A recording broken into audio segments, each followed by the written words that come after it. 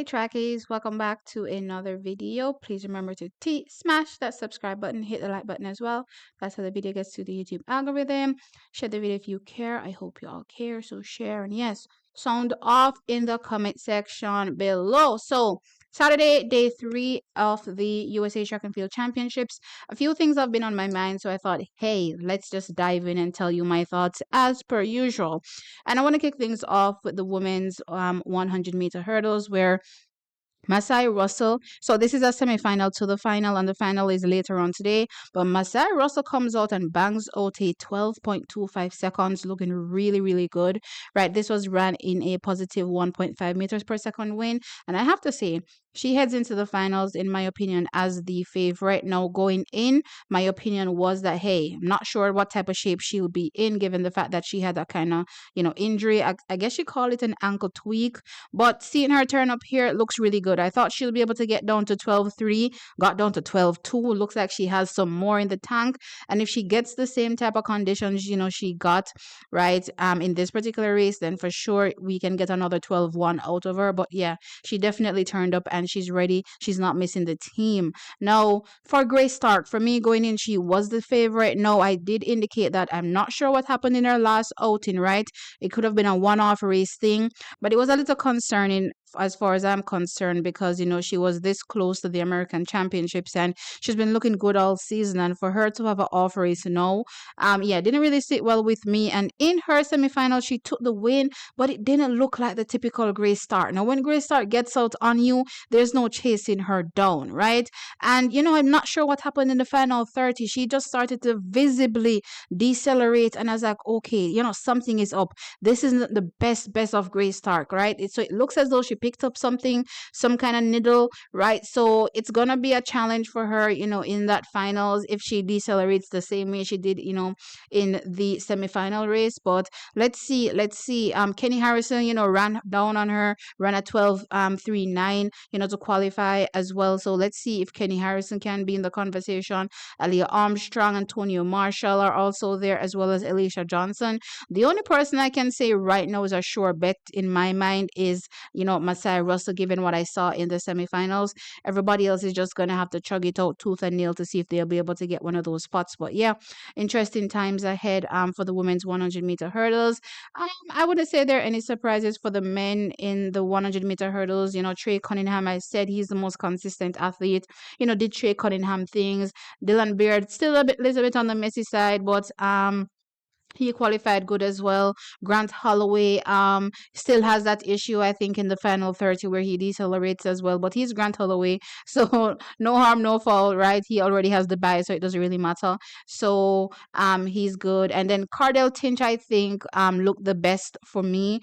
He ran at easy 13.34. So let's see if he's able to take it up a notch, in that finals. And let's see, the outcome. But yeah, the men look good in the hurdles. So I want to dive over into the women's 400 meters and the men as well, because before we actually got to the finals, which is already completed, I was like, okay, what is going on here? Now, usually, typically, the Jamaican championships and the USA championships run concurrently. So I ain't got no time to really be focusing that much on the USA track and field championships. But y'all got to tell me in the comment section below, when has it been, a scenario where Team USA has not been able to field 3 rounds for the 400 meters? I was like, is that a thing now? What's going on with Team USA and the depth? Right? It seems as though, there's a fall off, right? Not only from a female perspective, but a male perspective as well.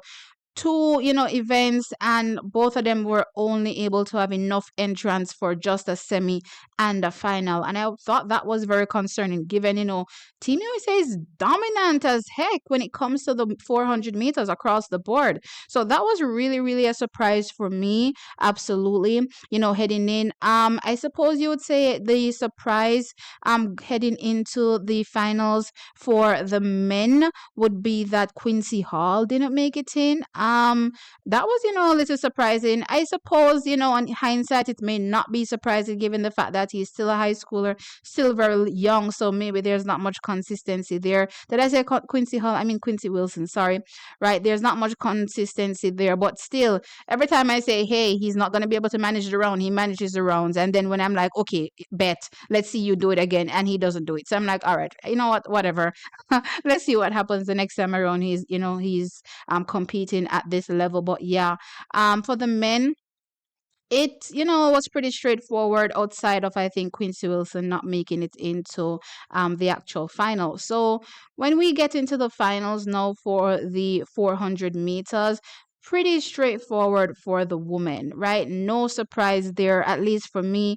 Top three is exactly the top three that I thought would be in. Sydney McLaughlin Leveroni took the win. She ran a 48.90, season's best for her. She seemed a bit disappointed, right? Looks as though she was really going for it, but seems as though she's not as effective over that four as she is over the four hurdles, right? Because for some time now, she has been targeting that American record and she hasn't gotten it to date. So that's pretty interesting there for her. But still a great run, still a very dominant run, in the field. Isabella Whitaker was second. She ran a 49.59, and Aaliyah Butler ran a 49.91. Now, what I will say is that I actually did have the order for Isabella Whitaker and Aaliyah Butler switched, right? So Aaliyah Butler looks as though the season is probably catching up to her because she didn't give us the typical crazy first 200. So when I saw her out there, she was on the outside, I was like, okay, this isn't giving me what my expectation was, from her. But you kind of saw that as well from in the semifinal where she didn't, give us, that kind of ease in her qualification. She didn't look how Sydney looked. Sydney dropped, a 49 mid, in qualification, and she looked really, really easy. And that's how I thought Aaliyah Butler would look, right? But that wasn't the case. So I guess you can say the writing was on the wall somewhat in terms of what was to come, in the finals, not to expect any crazy fast time. But at the same time, looking at this performance or these performances, 48.90, 49, 59, 49.91, only three athletes dipping below 50 seconds. I'm like, what's going on with Team America and the strength and depth? Is this an off year for them? Now, I did, highlight in another video that Team USA just feels off this season. Yes, there are some events that they're really good in, like the hurdles. They'll stay, forever, really packed in, those events, right? And even in the sprints, you see them doing really well, right? The women's sprints, at least one athlete, is really doing well right now. For the men, I'll get into that in a different video and tell you my thoughts on that. But for the most part, trackies, it just feels off, for them. They don't feel as strong, as dominant as they do in other years, right? So it's going to be interesting to see, what happens by the time they get to the World Championships. But yeah, Team America, I don't think they're looking the best this year. And as I said, y'all got to tell me because I think there's something up with this depth this year for them for sure. The women's 400 meters not giving what it typically does at all. And then when I jump over into the finals for the men, same thing, it wasn't really given the way I thought it would give. No, winning was Jacori Patterson. Happy for him, especially, coming off not being sponsored, having to work a 9 to 5 and then running really fast and, slingshotting into, sponsorship and then being like, listen, this is my golden ticket. I'm not going to miss out. And he comes and he wins the national championships, right? 44-16, really strong run from him. Chris Bailey, really, solid all season, right? But, here it looked a bit iffy, 44-43, just making it in. Listen, it was a tight squeeze because himself, Caleb McCree, and Vernon Norwood were right there trying to get into those final two positions. So, listen, he barely made it in, 44-43, Caleb McCree, 44-45, and Vernon Norwood, 44-47, right? Those are the only athletes that dipped below 45 seconds. So again, in my mind, I'm saying, okay, is this a typical Team America? Because in my mind, I'm like, these guys are usually busting out 43s and low 44s, right? Now, don't get me wrong. All these times are low 44s, slash mid. But for the most part, I think I was expecting more fire, right? But in hindsight, thinking about the season, I'm like, yeah, they haven't really been looking that fire all season, to be fair. So anyway, trackies, let me know your thoughts in the comment section below. Do you think, Team USA is having an off year? I think so, especially when I look at a few of the events intense, the depth that they usually enjoy. Not really seeing that. Let me know your thoughts. Like the video, of course, and subscribe to the channel. I'll catch you all in the next one. Bye.